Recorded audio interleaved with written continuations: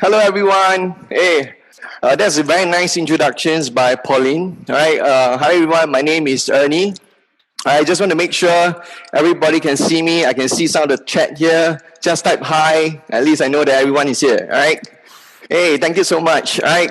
First of all, I'm very honored and very happy, right, to have a chance to be invited by Ken, Pauline, Sherry, and the rest of the committee members, right, to come over to the stage to share with you what I've contributed to the property industry, all right, and perhaps what are the things that we have pivoted over for the past few years that we have done using properties to generate cash flow as a business. All right, this is something unique, right? I remember when we met up a few months ago, when I have a chat with Ken, then he said, "Hey, Ernee, so you've been doing property investing for a while. So what have you been doing for the past few years?" I said, "I've been doing a lot of co-living space. This is something that I'm actually focusing in, and I actually want to grow this space." So then he told me that, "Hey, isn't this is something not usual?" I said, "Yes, it's something that is not the usual way of property investing, but it does give me a good cash flow from there." And that was how we got connected, right? Because he mentioned that, "Hey, why don't you just come over to the stage? We have a very nice team that called the Game Changers." Right? We are changing the way of how the function of property investing works now, right? So I say, yes, I'm also a graduate in value investing, right? I still remember I'm from batch 81, right? It's a very unique number because AI, right, during that time. So I say, no problem. I'll be happy to add in values to the community as much as I can. And we came out with the topic today, which is called the missing puzzle to the property investment game. All right, we put it as game because of the words on the team called the Game Changers. All right, so today I'm going to make sure this 45 minutes, I'm going to do my very best part to share with you. Hopefully there's values from there. People who have not heard about co-living is fine. This is where we're going to add values to you, right, as much as I can. All right, before I kickstart, just a simple disclaimer. Whatever thing I do today is going to be for information purposes only. If you're going to take any actions, remember to do your own due diligence, right? Before you take any actions. And I also want to set the ground rules on the basic level, right? Today, whatever thing I'm going to share with you, I'm just sharing with you the truth and my truth, right? Because whatever thing I do is just what I've been doing on a daily basis, all right? There shouldn't be any judgment between both sides, all right? Vice versa. And I want to make sure that there's no right or wrong. I'm just sharing with you what I've been doing. Right? If it's something valuable to you, take it as information, do your own checks, and perhaps something might change in life. Right? So let me do a quick introductions about myself. Right? In these slides, you'll see a lovely lady. Right? She is my life partner. Her name is Jeline. She is also my business partner, and in fact, she is my everything. Right? We know each other about almost 3 decades back. When we are 13, right? When we are in secondary school, we met. And we've been together from there, happily married. We have 2 kids, right? 1 10 and 1 7 years old. But I want to give you a bit of the background of myself and Jeline.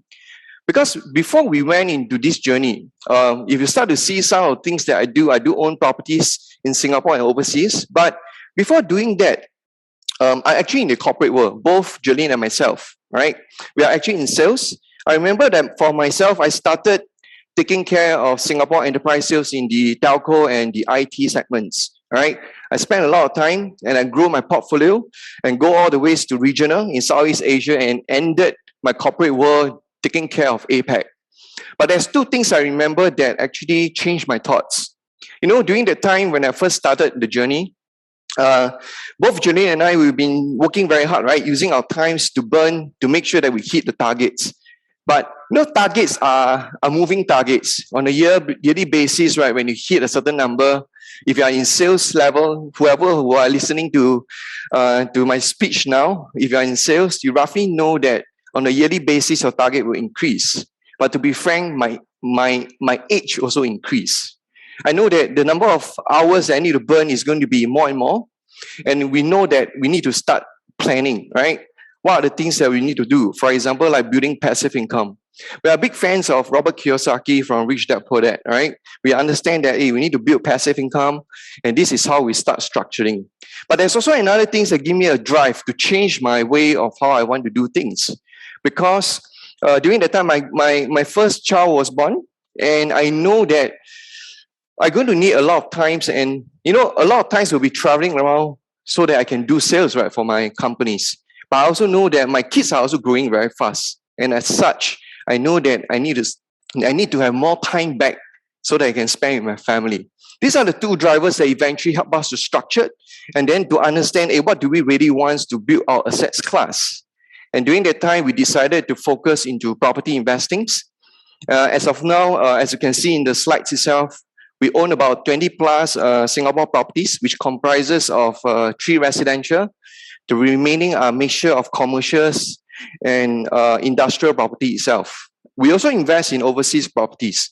But today, we're not going to talk about the traditional investing model, right? I mean, this is one thing that we can continue talking, but today it's all about what? It's all about game changers, right? Things that is working differently, right? So what we're going to do next, you're going to see that, hey, we also manage about 120 plus Singapore co-living space, right? What is co-living?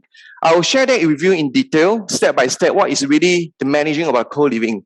But I want to share with you what we do, what I do on a daily basis, right? We are fortunate to be featured in Tech in Asia, in HProp, in Singapore Yahoo Finance. So what we do is, as of now, myself and my team, we manage about 125 properties, right? And we have a goal that we want to move on to increase our portfolio to 350 properties in Singapore, right? And start going to region. And these are things that we want to do. But all these things started when I'm much younger, right? When I first played Monopoly games, right? But playing Monopoly, right, I found that there's one thing that it is not to my same alignments, right? Playing Monopoly, it means, right, it must be a win-lose situation. Meaning that there's only one winner and the rest will lose. Because you got to keep buying properties, you buy greenhouses, and then someone landed and eventually pay you rent and someone get bankrupt and you won the game and you win the game. But this is something that I feel, perhaps if we can do differently, how can we build a way that is win-win for everybody, all right? For landlords, for partners, for myself, for my staff, how can we build win-win? And eventually, we did that. We are able to scale up to 125 properties within a very short span of period of time, in about 2 years' time. And eventually, we want to continue to build our dreams to become a hoteliers, all right, within the regional roles. So that's what I've been doing, all right, on a daily basis.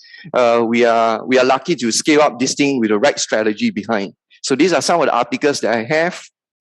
And before we dive into the understanding of what is really co-living, I want to give you a very different understanding, right? In the market itself, there are so many opportunities, to be frank, right?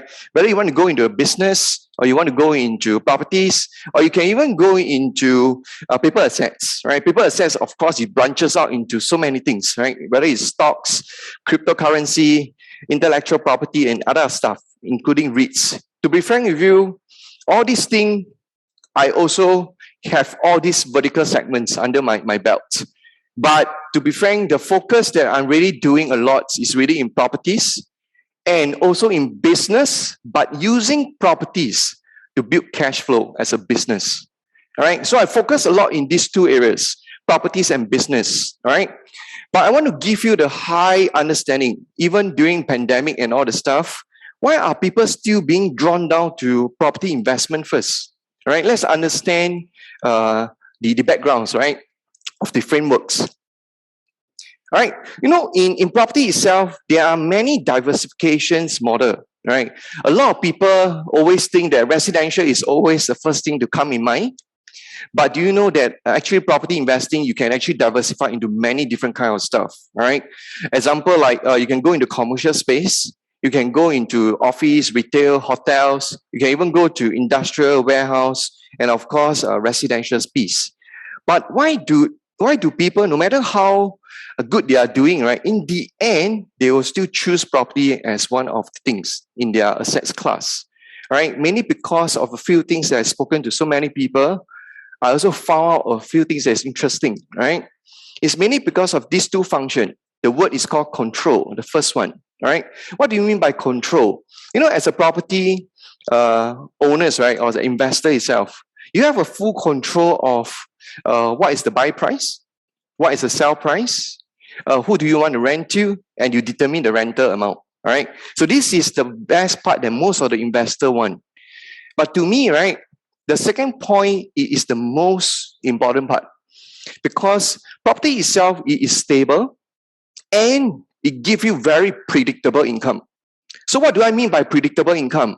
It means, you know, now I can roughly tell you that what is my cash flow for this year and perhaps next year, because it's very predictable. All right. So this is the two main driver why people really like going to property investings. All right. But you know, in general belief, even though people like property investing, but the very first thing that they always come into their mind is this thing. The general investor belief, the framework inside their mind is this thing. Hey, I know property is good, but do you know that I also need what? A lot of cash, right? In order to buy a property, whether you are in whichever regions, right? Malaysia, Singapore, and the rest of the countries. You need a lot of money to buy, right? So this is a general belief, right? But you know, there are things that's happening, because the price of the property are always moving what? Upwards.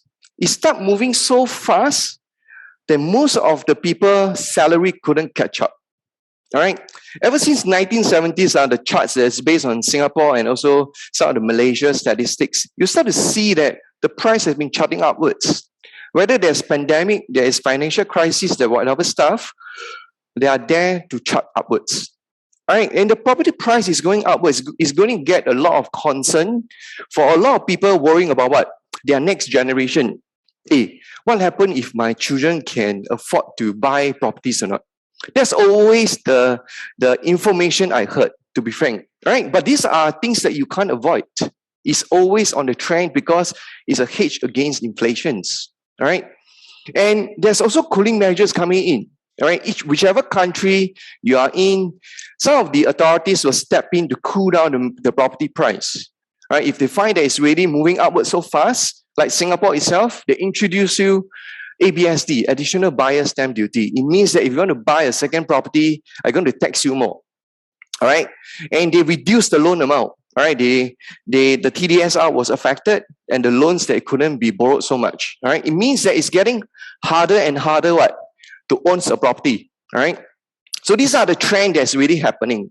I've been using that modeling to keep buying, but I found there's one thing. I couldn't scale that fast. The keyword is called scaling, right? I couldn't do that, right? And what happened is this thing, it came into my attention and say, wow, I need to change. So 2 years plus ago, we decided to do changes, right? And what is the game changers in property? So today, we're going to focus a lot in the game changers. We don't want to talk so much in property investing, but what is the changes that's really made into the game changers itself, all right? So time have really changed. Time have really changed itself. Can you imagine on a few things? Just imagine, sit back and relax a bit and feel about these statements I'm going to share with you. Imagine if you can build property ATMs, right? Oh, what is property ATMs? Let's understand the context. You know ATMs, like the ATMs in the banks there, the ATM machine? Imagine that if you can build a property ATM where you get a property itself, it generates cash flow for you, but without owning a property. So the key word is this thing, without owning a property itself. So you do it something lighter as a light assets. Don't go into heavy assets where you keep buying and all this stuff, but you can build property ATMs without owning a properties. Time have changed, all right? And I want to give you the understanding of a modeling called the rent-to-rent model at a very high level itself, right? Imagine that if you can rent a place from the landlords, and you seek for permissions, and you tell them that you're going to lease it out to working professional, will that be fine with the landlords? All right.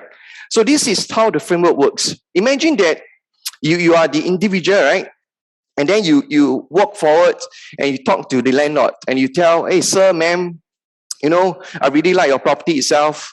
And I will decide to do a few things. I want to add values to your property. All right. For example, maybe your wall is dirty. I'm going to add values to it. I'll clean up. I'll make sure that people who stay within the place, I'll make sure that your properties are always cleaned up on a weekly basis. All right. People taking care of the tenants, professional teams taking care of it. I'll add values to you. All right. To the landlords. And the landlord is happy about it. All right. He said that, oh, okay, this is a good idea. And what happened is they decided to say, okay, I will lease it to you. I'll rent it to you. And you become what? The master tenant. You become a master tenant, right? So master tenant, you have the rights. You ask for permissions, and you decided to do what?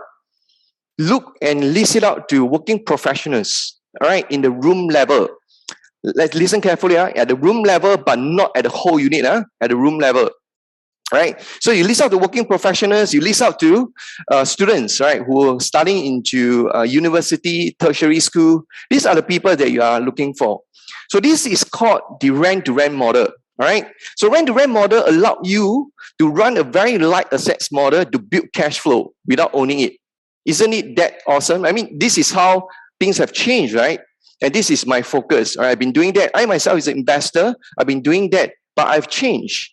Because I remember these keywords, right? It's a very nice keyword that I remember by Nelson Rockefeller. Famously said this word, and I still remember. The secret to success is to own nothing but control everything, right? So now, as a property investor, when I understand it, right, I find that scaling is really something that you really need to do a lot of stuff.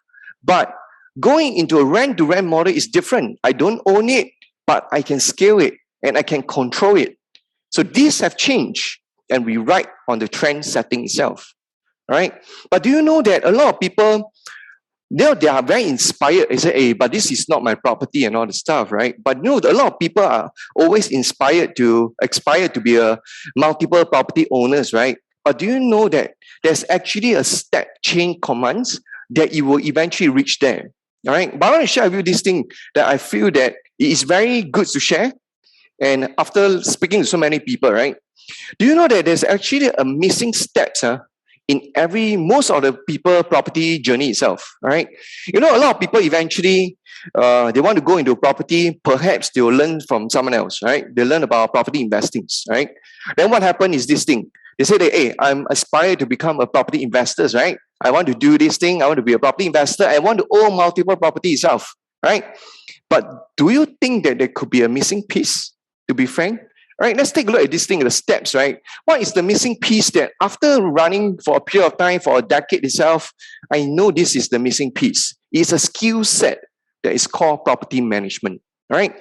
So property managements are important, right? Because it is the basic fundamental for you to understand, for example, who to rent out to, what is demographics, what is the geographical things that you're going to attract people, and then what are the problems that you face as a property investors. So property management skill sets is always something that is missing, all right, for people, expired property investors itself. It's not about me only. See, let's take a look at successful people, right? These are the experts and the gurus around the globes, right? You take a look at Robert Kiyosaki. He owns about 7,000 over properties, founder of Rich Dad Company. Brandon Turner, founder of Picker Pockets, run about 600 podcasts as of today. And even Ken McCarry, this gentleman is fabulous, right? This guy, he is a rich dad advisor, meaning there is advisors to Robert Kiyosaki, owning about 8,000 properties now. Well, how do they started? They all started by understanding property management. This is really the missing piece that most of the people didn't look into, and they forget about it. They think that is able to leapfrog the success, right? So, but the thing is, if you learn the process of running as a property investment, right? Then suddenly you need to leapfrog and become a property investor. After attending programs or whatever things that you attended, suddenly you need to jump forward. It can be quite scary, because the capital commitment is so high, right? It's so high. There down payment, there all these things, and people are getting worried. What happened if they put in the money and it went southwards, right? So these are things that people are concerned. As a property investor itself, they couldn't understand what is the problem owning a property itself. And as such, this is what I mean by the step up, the missing step up itself, right? It's good to know through the learning, but property management is a skill set not to be forgotten, all right? But after sharing about this thing, I want to go into sharing with you, right? So what's the difference, right, between traditional property investments versus a rent-to-rent model, right? What's the different things, right? So description itself, let's say, in terms of cash deposit, traditional model require what? High deposit. But rent-to-rent model, no, you don't really need that. All right, it's something much lighter. The return of investment, ROI, these are all investor questions. Hey, what is my ROI? Right? You know, traditional model, if you're going to own it, you're going to be slow, but it's stable. Right? It takes times. But rent-to-rent model is fast. It can be as fast as 1 year break even. All right? This is something as an investor that will like it. Right? And in terms of taxes, if you're going to buy property, there's so many taxes that you need to pay. Right? You got property, you got stamp duty fee, you got property tax, and all the other stuff. But a rent-to-rent model, you only clear your corporate tax, right? Because it's running as a business, right? And eventually, scaling, right? Is it easy to scale? Let me give you some of my example sharing, to be frank with you. You see, it took me more than a decade to build my portfolio. Owning property, I have about 20 plus, right? It took me more than a decade to achieve 20 plus units. But my cash flow is not even a part of what I have today in co-living.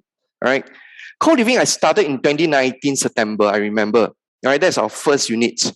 So in 2019, we started that. And today, after 2 years and 3 months, we have about 125 properties from there. We build cash flow from there.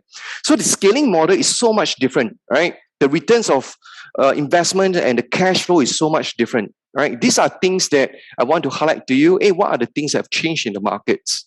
But you know, a lot of people when listening to this thing still don't know, hey, what is co-living, right? I want to dive in deep into the segment. What is really called the co-living concept? All right. So let me give you a quick introduction. What is called co-living? Co-living itself is actually a modern form of what? Shared housing. A very modern form of shared housing. What does it mean? It means that, you know, we work with the landlords, we add values to the property, and then we tell the landlord, hey, we will rent it out to individual, right? And the individual people they will rent at the room level, they will have their own privacy, but they share the kitchen, they share the bathroom, they share the dining area, for example. All right. So it's a modern form of shared housing. Right. And what they do is eventually they just pull in their luggage. Right. Because furniture and all these things are provided, utility, Wi-Fi, all these things are provided. Right. But if you go just doing the room rental, then what's the difference? The key differences is this thing. It is because of the value added services. Value-added services includes things like, you know, you clean up the common area plus the room level on a weekly basis, all right? You have customer care services to support them on the requirements, or you have move-in, move-out services, you have technologies to support you. These are things that you value-added, the process. But take a look at the alignments part, right? This is like in a condominium, a private residential piece, and a hotel, right? This is like in between.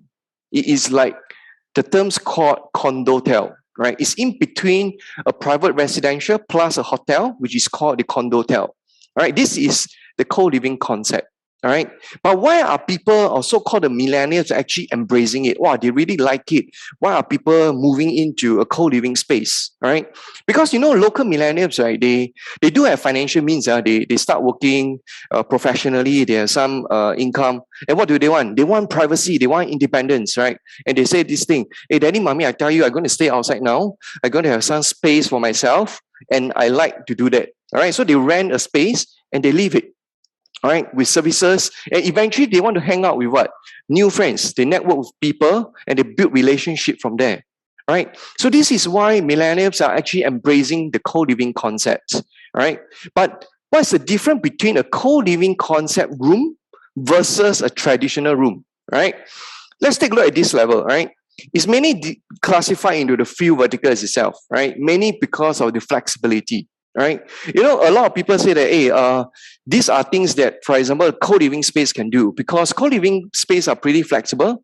Each of the country, you have a different guidelines. Please do your own checks on what are the guidelines, like Singapore context. Example, you got to stay within what? Minimum stay 3 months. All right, minimum stay 3 months. No Airbnb, all this stuff, but minimum stay 3 months. All right. But in terms of traditional model, owners want what? A longer lease, right? So that they don't keep changing. But in co-living space, whatever thing that you come in, it come along with a lot of services, including the Wi-Fi, including the furniture, the housekeeping on a weekly basis. There's customer care support, technology support. Costings are pretty much affordable. All right. And the most important part is this thing. Why people want to upgrade from a public housing rooms to a co-living space is because of the facility. Some of the people, right, who stay in the public housing room, the working professional, they actually say that, hey, I want to move up to a co-living space because I've been paying monthly subscriptions like gym and all this thing at a public space. All right, in some of the commercial sites. So what happens is I want to move to a co-living space and reduce my expenses there. So facility is one of the things that actually attract them. All right, and as such, there's also move in and move out services. So in general, in a nutshell, the comparison that we listed out, these are the things that eventually people wants to move in. Why they want to choose into a co-living space. All right, but I want to share with you what we have done, right? I can share with you some of the things that we have done, right? So some of the co-living units that we have completed, all right?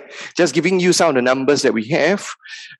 This is one of the projects in the western part of Singapore, right? In the western part of Singapore, where it attracts local university in Nanyang Technology University, and it also attract the oil and gas industry people on the western part. And what happened? Right? They come in and they eventually rent a place from us. Right? As you can see, the total income collected, $6,200. This is a total gross rental that we collected. All right. But what is the net cash flow after expense? What do I mean? It means some of the expense, the common one, right? First, the base rent, all right, the one that you work with your landlords. Second, the Wi-Fi, the utility. And the fourth one, the cleaning expenses. It means that after I collected everything, I minus off all my expenses, I have about $2,000 per month left. So thinking back the way that how we started this conversation, a traditional property, if you're going to own it, you're going to minus off your mortgage and everything. You hardly have a $2,000 net cash flow. You hardly have it because you're still to pay mortgages, right? So imagine on a co-living space, it can be set up fast. You build the cash flow that you want, having $2,000 per month. I think it's pretty cool, right? All right. We also have this is the same unit another unit in the same projects. All right. Sometimes rental up and down, minus $50 around there. We collected about 1,700. It's also in the western part of Singapore, right? This is another projects that we have. I'll just flash through the numbers. This is in the eastern part of Singapore where we attract a lot of people working in the small medium enterprise environments. That place, right? There isn't much private residential in the eastern part of Singapore, in the SME space. So in the end, we found a good place. We understand what are the things that people want. As a property manager, right? Property management company, roughly know what's the client wants, right? So as such, same thing, we did up the whole units. We total collected about $5,800, and eventually the cash flow is about $1,300. Right? There's another project, same projects itself. Another units that we took over about $1,200. All right, net cash flow. All right, this is another project in the western part of Singapore. If you know where is Bukit Batok, Singaporeans, beside Westmore, there is a good project. Right, from there we took over. We add values to it, repeat the whole process. We collected $5,800, net cash flow $1,350. All right, same units, just another angles. All right, you take a look at our pictures. Right, hey, you studying, you notice one thing. Hey, this design is not the best design, right? Yes, you're right. We don't target on very high-end niche market, to be frank with you. All right, we target on mass and slightly mass market. All right, why do we target that? Because this is pretty pandemic-proof, right? Pretty pandemic-proof. No matter what happened, right? People still need what?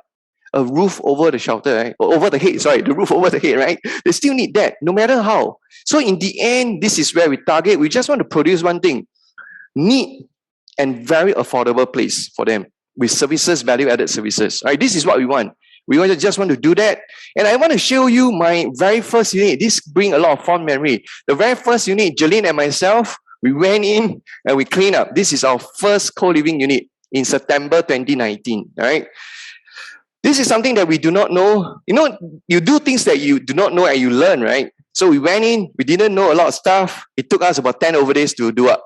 That was the time, right? But as of now, today, how long do we turn around one unit? 4 days. 4 days, we are done. We are done. We are ready to rent out. We are ready to load in new tenants, right? So these are our first co-living units, right? In the southern part, opposite a very large shopping mall called Vivo City in Singapore, right? Total cash flow, total rental 5,004 minus expenses 1,250, $1,250. All right. My list can go on and on. In the eastern part, about 1,007 in the eastern part of Singapore. This is one of the town, about $1,350. All right. But you know, I also want to share with you one of the example. All right. You know, this month was a crazy month, right? A lot of people say that, wow, this month the rentals start going up already. Then how? I also want to share with you, we took a unit. All right. We took a unit on this thing. The project is also at the west side. It's called the Jurong East MRT. There we have units over there. With total rental, they've collected $8,200. But we took over the units on second week of January, which is about last week. We took over, all right. But it's all taken. $8,200 rental, cash flow about 1,008 net. All right. So this is how I want to share with you how we actually go in. Okay, and you see, I can go on the list, I can keep going on, right? But I want to share with you this thing. Don't you think that, you know, so far we managed about 100 over units such as this co-living space, right? Don't you think that is quite cool, right? Isn't it awesome? Hey, if you find awesome, just do me a favor, Ken. Just say that it's awesome. At least we know that hey, we have energy going. If not one person speaking, it's going to be tiring. All right. So imagine your 100 units are creating this kind of cash flow. To me, I feel awesome as a property investor, right? That's my background, okay? Okay, but you know, building properties ATM without owning it, isn't it very something unique? Well, why do I want to say that? Because, you know, on a monthly cash flow of about 1,200 per month, right? Can you imagine that you can actually work backwards one? What do I mean? If you know what is your income per month, right?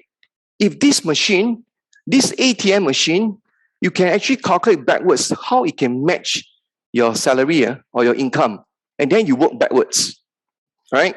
And this is how it does and it's being designed. Example, if you have $7,200 income per month, example, can you imagine that with 6 units, looking at 1,200 per month, you have the options to do things really. So what is the options? The options itself is either you can continue to do this thing as a hustle, or you have the options, right, to quit your job and focus on this thing. All right, this is what we can do. Give me a second. Hey, team, sorry, the screen in front is all blacked out. Can you help me on that? Okay, thank you so much. Okay, so what happens is this thing. All right, what happens if you have a chance to really scale into 100 units like myself? Right? What happens if you really have a chance to scale to 100 units? And I believe in one thing. If you really have a chance to scale to 100, most likely your lifestyle will change. Because when you start scaling up, right, you have options to go into a function of what? A property investor soon. Imagine 100 units at 1,002 per month. Just take at a rough number. It is 120,000 per month. Can you imagine that this thing will change in lifestyle? And as an investor, you have options to do things that you want. All right. So look at the numbers itself. This is what will happen. All right. Go on. Okay. Go on. I think the team is sorting out the technical components. Just wait for a while.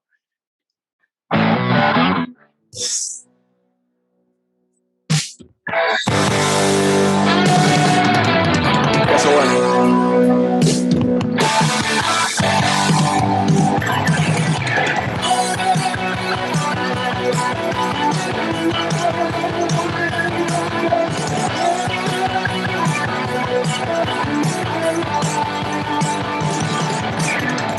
Is this some kind of miracle we didn't see? Even if we're broke, we get it. there's first degree. Getting the files still stuck in the underground.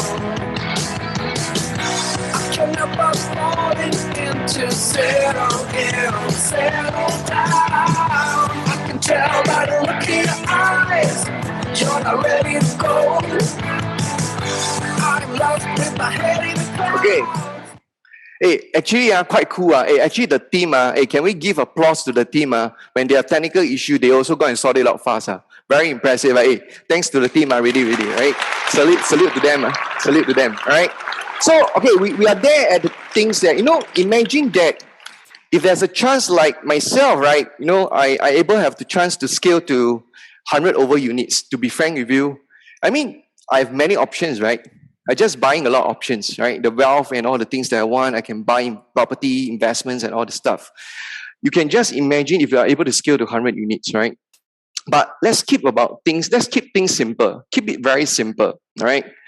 What if you can only just do 10 units? All right, don't think so much, so far. Don't be like Ernee. You just want to comfortably build 10 properties ATM, right? Just 10. Am I right to say that your lifestyle will also change, right? Because you can start to focus into giving things, right? For example, giving back to your family. I believe when the traveling policy is out again, perhaps traveling will be much easier, or perhaps paying forwards to charity groups. These are things that we do. We do have a specific charities group that we've been contributing on a monthly basis, right? But assuming 10%, which is 10 unit at 12,000 cash flow, I think it's still pretty awesome, right? Right? But assuming if there's no 10 units, let's keep it simple, right? Just one property ATMs. Keep it simple in life. Just one property ATM, right? Imagine this $1,200 net cash flow. I think it will keep your life with options. Things like maybe you can pay off your transports, right? Your car's installments and all these things will be covered. Isn't it pretty awesome, right? So these are things that perhaps you need to think about. Hey, I don't need to worry about so many units as of now, but if this is a concept that it can be it's doable, is it something that interesting? All right, this is how I do it, right? In 2019, while I'm a property investor itself, I decided to change and pivot because I understand the cash flow is different. Can you imagine on the differences? To build 100 units, assuming 1,200 per month, that is about 120,000 per month in terms of cash flow, right? Do you know how many units you need to have to own in terms of the traditional property investments in order to build 120,000 cash flow? You might need about 400-500 properties with mortgage in order to build 120,000 positive cash flow. So this is the differences, right? One is scalable, the other one required more energy and more resources, right? So you need to think about these angles, which is why I'm very honored to have a chance to share with you the things that we have done and things that we have changed over the period of time. But this period, we have a lot of friends who came to me and a lot of community members that come to me and say, hey, Ernee, how can I really do it? I'm very honored and very happy to have a chance to share with some of the very nice friends that we know, all right, and some of the community members that we built. Example, I want to share with you some of the real good case study, right? This lovely lady, her name is Gail, very young lady, a super young lady, 26, I think, right? She is actually a graphics designer, right, in the retail segment, right? So graphic designer, sometimes you design a lot of stuff. The boss and the client say, hey, I don't want this thing, I don't want that thing, and you keep changing, right? So to be frank, to a certain level of time, you find that it's a bit not appreciative, right? But she still have the desire flair, right? Where she like nice thing, right? So that was the time that her friend introduced her to us, and eventually we talked about a co-living space, and she said, hey, this is really something interesting. I said, no problem. If you want, I'll share with you the process of how really we kickstart on this process, all right? So in the end, she put on the shoes, she walked the ground, and she started speaking to landlords, right? To say that, hey, can I work with you? I do out a few units. And this process repeated, right? And as of today, she have 5 co-living units. 5 co-living units give her about 5,000 to 6,000 net cash flow at least, right? It's something that perhaps already overtake her income. And she is 100% into this space. It's really into this space already, 100%. Meaning full-time already, right? And her goal is very simple. She wants 10 units in this year. That's it. It's just my numbers. I just want 10 units. I want to have a cash flow of $10,000 per month. A very stable, a very predictable income. That's what I want. All right. So that's what Gil did. Just keep it simple, focus on that and build cash flow using a very light assets model. All right, in co-living space. All right. So this is Gil, very impressive young lady. I also have another gentleman, right? His name is Edwin Kong, right? Edwin is actually in the he's a GM in a SME space, where they actually customize and build playgrounds for the authority, right? But you know, this kind of role, you require a lot of time, require a lot of time, require a lot of manpower, burn a lot of nights, and eventually to support it. But you know, there's good things that strike, right? I think there's a baby that came out, and I think he decided to find more times to really for the family itself, right? Working in that space, previous space, I think burn out a lot of this time.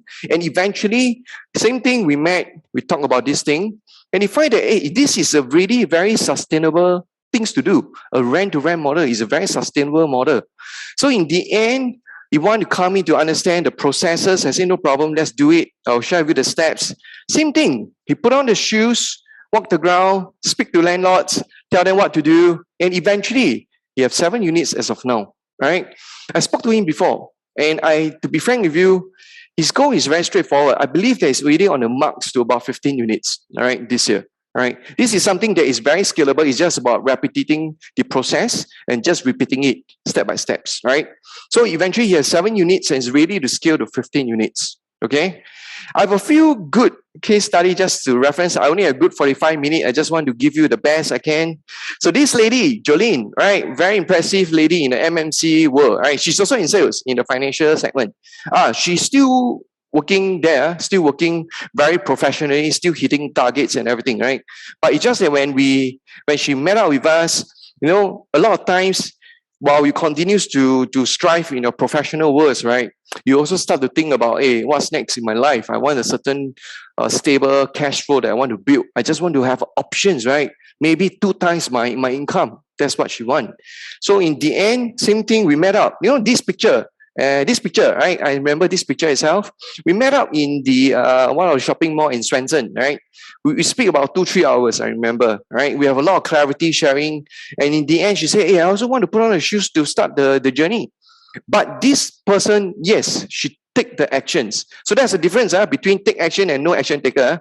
So she took the action and she started hunting for units, all right? In 7 months period, she actually took over 10 rent-to-rent units, all right? And she created a cash flow of about 10K per month.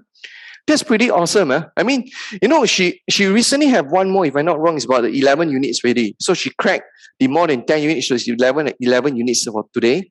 So this is how it is scalable. Once you know a few modeling, it's just about repeating the process, right, to build cash flow. So this is Jolene, very impressive lady, right? But I just want to share with you one more, right? This person is someone that is very close to me. He is my brother, right? My real brother, Mark Ong, right? Mark is someone that I know since I'm born, and we do have our own rough patch, right? To be frank, we do have our own rough patch. Mark itself is actually in the corporate gift printing industry, right? But prior to that, why do I say that we have a pretty rough patch during when we are young? Is because our mom is actually her health is really not good, to be frank with you, right? She has muscle disordering, she has skin problems, she has heart disease problems, she has almost everything, to be frank. She's in the wheelchair bounded for life, right? And at the young age of my secondary school day, my wife know it, right? At 5 a.m., both of us, we are to start distributing newspaper. This is real thing. People who know us, they know it. We work every day, except Chinese New Year, first day. That's the day that we don't need to work. So we know that we don't have the same level of how people started, because we start school at 5 a.m. All right? People start at 7:30, we start at 5 a.m. because we have to survive working, right? So that was a time that we know that maybe perhaps we got matured earlier. But Mark, my brother, he gave up school and he started working to support the family, right? To be frank. So he have his own journey up and down. Eventually he went into corporate printing. But that was a time that, pandemic hit and none of the corporate industry want corporate gift, right? So what happened is his business was being wind down, all right, after running for many, many years. So I told my brother, I said, hey, brother, why don't you come over? I'll show you the way. Let me show you the way of how I do it. He learned the process, put on the shoes, same thing. He do exactly the same. He met up with a lot of people, shared the ideas, and he started building. And he got his 10 unit in last year, December, last month. Very proud of my brother, right? He did that, super proud of him. And he's now 100% into this journey, all right? 100% into co-living space, right? So this is Mark. But I want to share with you all the case that I can go on and on, but I only have limited time. But I want to share with you this thing. Can you just imagine that whatever thing I will share with you, if you can imagine on a picture of yourself, like this month is only January. If you have in 2022, right? Can you imagine that you own also 10 co-living space? Just 10. Is it possible? We have so many people who've done it, to be frank, all right? But if you can just own 10 units, I think by next year, your life will change. It's just straightforward. Your life will change. Because cash flow will come in, you have so many options to do what? One thing, to buy back your time. That is the key word, is to buy back your time, focus on things that you want. All right? And I want to share with you, there's also risk involved, right? There's also business risk involved, because a lot of people come and speak to me and say, hey, Ernee, what are the risks that you have to take note? I say the risks are a few things. First of all, they are really scared about not getting tenant fast enough, right? And maybe my projected income and the Mr. Market are not the same, right? They are worried about this thing. And maybe the incoming talents are really slow. These are the things that I've been talking in every day on, right? But I want to give you my statistics. Very straightforward, right? As of now, right, we are more than 95% tenanted. What is my actual number? 98.3%. This one I just pulled from my team one. 98.3% tenanted. It means we have solid cash flow.